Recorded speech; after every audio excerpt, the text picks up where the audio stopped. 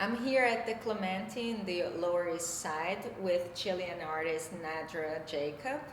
We'll discuss her practice during Residency Unlimited. How are you doing, Nadra? Very good. Thank you for this interview. Tell us, what is your project for the time you stayed here in New York? And what is your research? How this has been going? Okay, my project here is about the number, and I start to study the number for a long time. So I decide to doing here this topic because after the pandemic, I was thinking we have the possibility to think about many things, and I was thinking about the big problem in our world. For example, like pollution, discrimination, violence, which are the result of our bad decision. And we always attack the symptoms instead of healing the root of the problem. And that led me to think about how to be better with this beauty philosophy that I learned for a long time and that come from India, because the number contain a lot of information. I think that when the people connect with this number in my painting, on my textile artwork, maybe each one can take their different way for to research more about this number. So here also I decide move my practice between painting through different technique and textile artwork.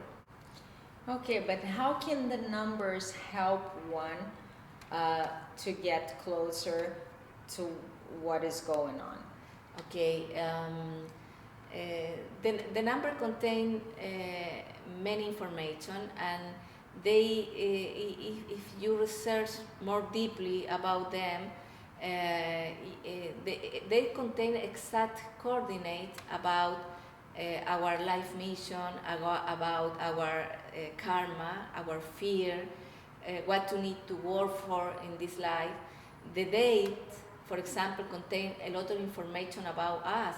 The date that you born is something that you need to work for. The month is a gift that help you and that you need to work for. And the year is something that you need to make along your life.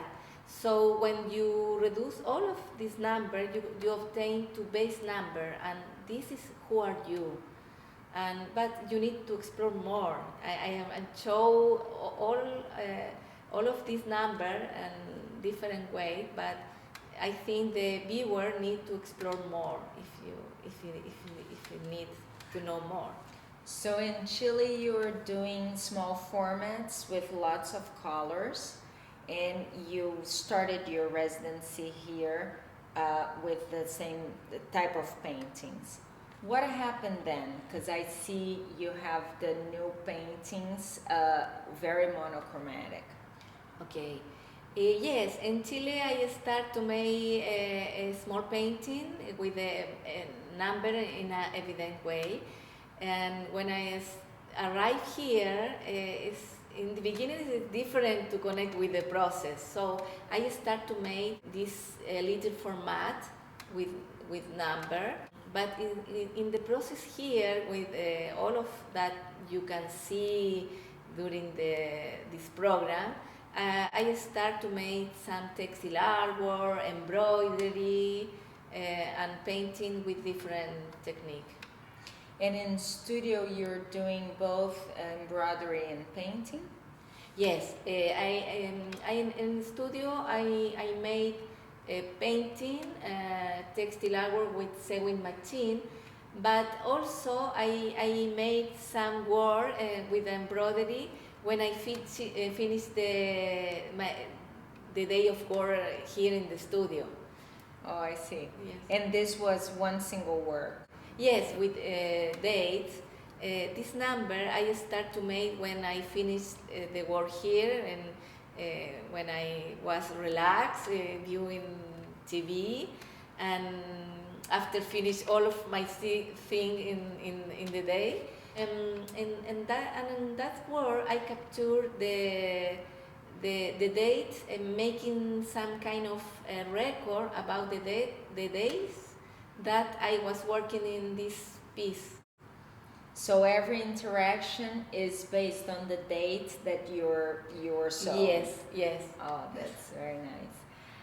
And how about this work here? We see this is machine sewed or handmade? Both. It's sewing machine and embroidery. And this is It's only sewing machine. sewing machine. In this one is the leftover.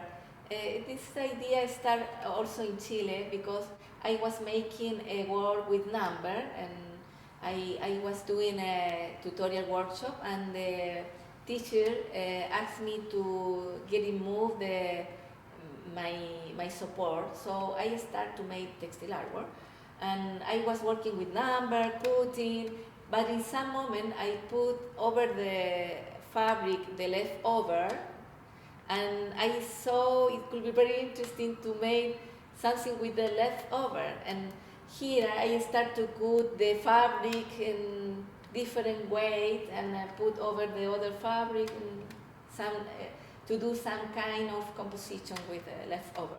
And in the series, so we have in blue here in your studio the number 4s. How do color and the numbers connect? How one talks in your composition? The color, I think the color choose me. I don't choose the color. I work in a very intuitive way.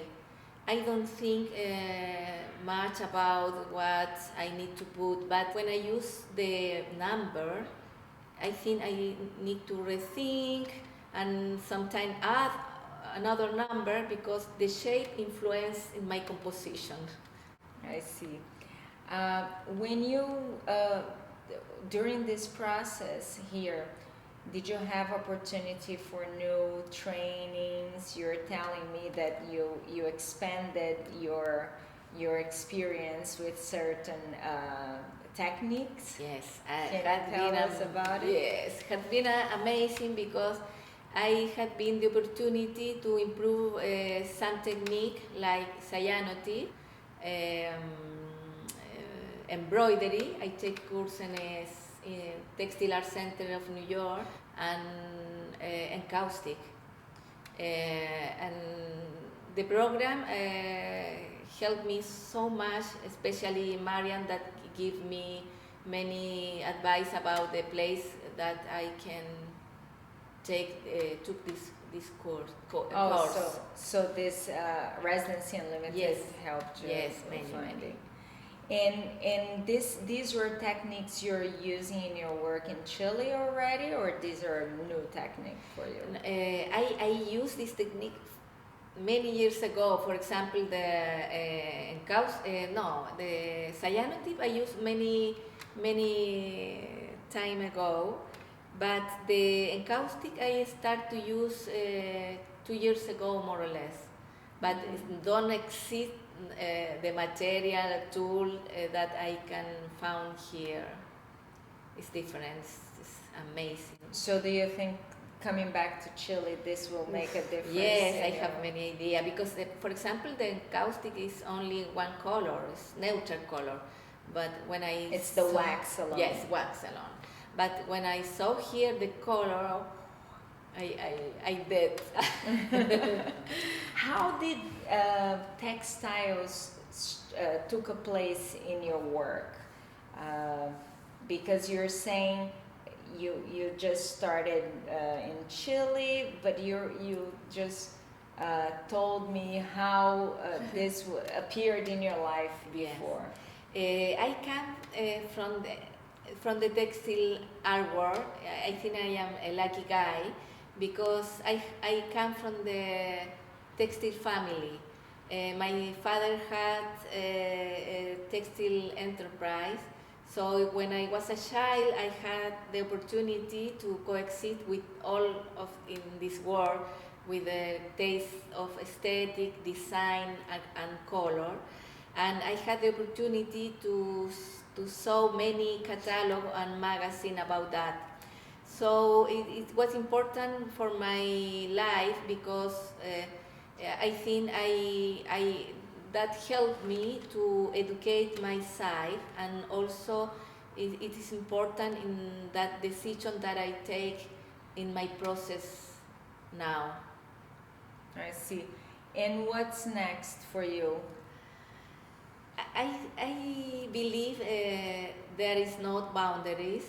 I think I will continue learning because it's a habit in me, but and also with all of new process and technique, I have many new ideas, and in some moment I hear about the if you want different obtain different result, you must to do different things.